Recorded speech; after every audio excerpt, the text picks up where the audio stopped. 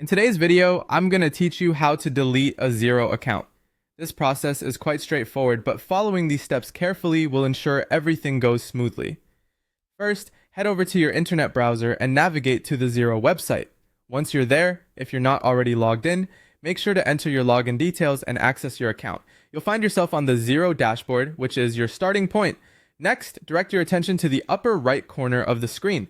You'll see an icon that represents your profile, often depicted as a small avatar or your initials. Click on this profile icon and a drop-down menu will appear.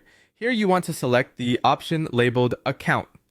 This will take you to the user settings page. Once you're in the account settings, look for the option titled Subscriptions. Subscriptions are a crucial part of managing your Xero account since they determine the services you're signed up for.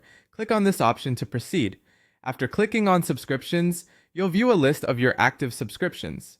On this page, locate the three-dot symbol typically found to the right of your subscription listings. This symbol signifies additional options. Click on it and a small menu will appear. From the menu that appears, you want to select Cancel Subscription.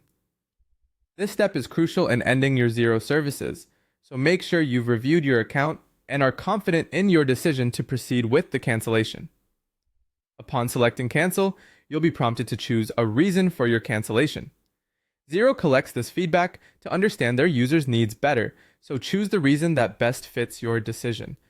Finally, to finalize everything, you will need to click on Confirm Cancellation.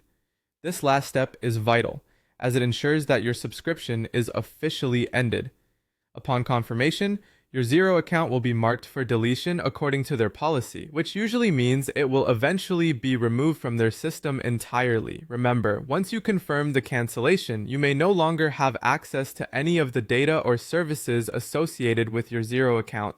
Therefore, it's always a good idea to back up any important data or information you may need in the future before you complete these steps.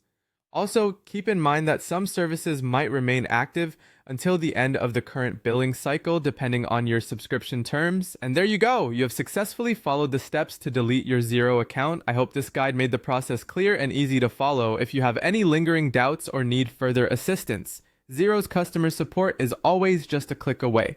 Thank you for watching and have a great day!